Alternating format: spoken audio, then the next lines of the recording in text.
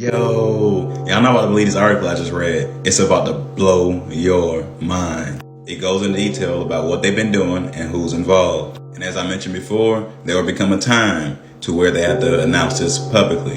And clearly this is what they're doing. How humans will become a multi-planetary species. Dylan Taylor, the CEO of Voyager Space Holdings, says humans have practical reasons to become multi-planetary. But the mission shouldn't represent merely life insurance policy for species.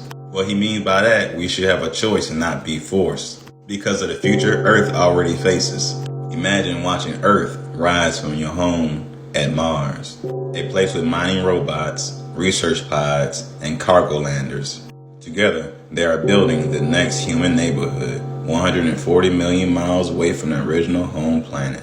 As I mentioned plenty of times before, Mars is Archangel Michael, the one that comes saves the humans from the other stars that's about to fall, because he's the only one strong enough, and he created all of them. So back to the article. Years earlier, the robots scoured Mars for ice deposit and regolith to produce oxygen, water, and building materials. So if y'all wonder what regolith is, right? The definition says, a region of unconsolidated rock and dust that sits on top of bedrock.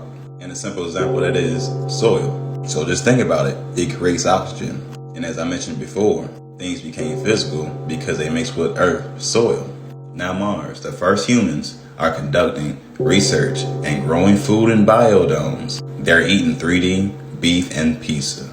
They're even hosting tourists. They're even on Instagram. So imagine you see people online, they really in a whole nother planet, literally. Perhaps in this century, humans will become multi-planetary species. We'll begin on the moon and Mars. Before going out any further, we'll take this monumental leap because we can and should. Earth won't be here forever.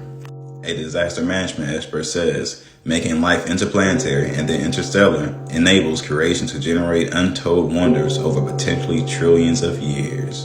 And what he means by that is having entities that had man's DNA, which allows creation. Why humans should become a multi-planetary species? Because Earth might be in its endgame. The director of the Future of Humanity Institute has detailed numerous risks. Nuclear holocaust, genetically engineered mistakes, destructive nanobots, and a gradual loss of human fertility.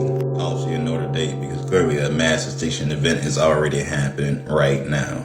And they're saying it's smart to prepare now because one way or another, Earth has an end date, meaning we should consider moving.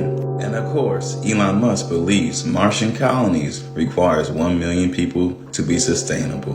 Musk said we could scale up the population within a century. And as I told y'all plenty of times before, I believe Elon Musk is the god of Mars, especially considering he's a descendant of Wernher von Braun of NASA. Why do y'all think he has almost the exact same company? Doesn't take rocket science, y'all. And I forgot to mention, when they say 1 million to be sustainable, they mean the energy that's needed. A Swiss scientist says the prospect of establishing a human presence on another planet might seem implausible since humans haven't truly tamed Antarctica. Bro, the disrespect. But because everybody's so asleep, nobody want to even question it, let alone trying to think what's beyond it. So why should they try to, he asks? In order to have a bigger future. Founder and president of the Mars Society. In order to have an open future. In order to have an open possibility to create new branches of human civilization that will add their creative talents to the human story. Bro, this article ain't even for humans.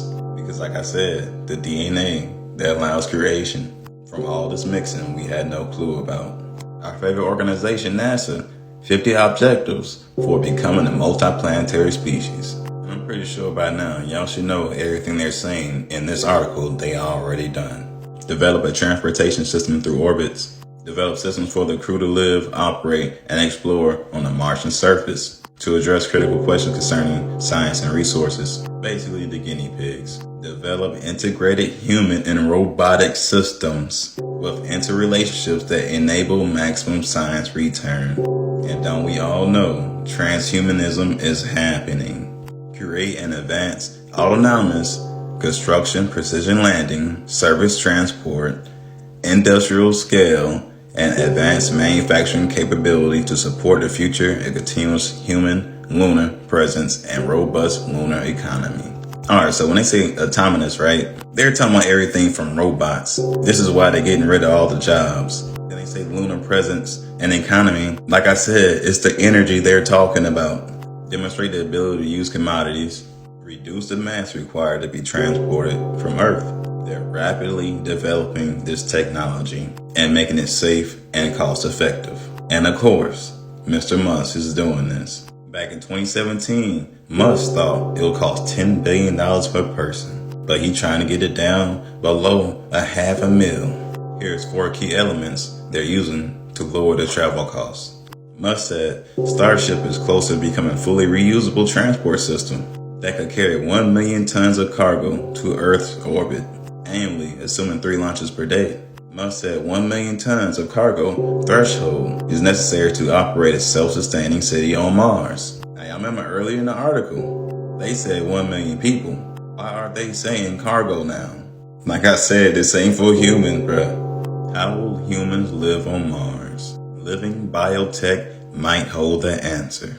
I showed y'all plenty of videos of what they're actually doing, remaking everything from God in their image, supporting multiplanetary life with living tech, and a senior research scientist out of all names, Lynn Rothschild, is an expert in astrobiology. I wonder why. She believes humans on Mars will generate electricity using bacteria and grow houses from fungi.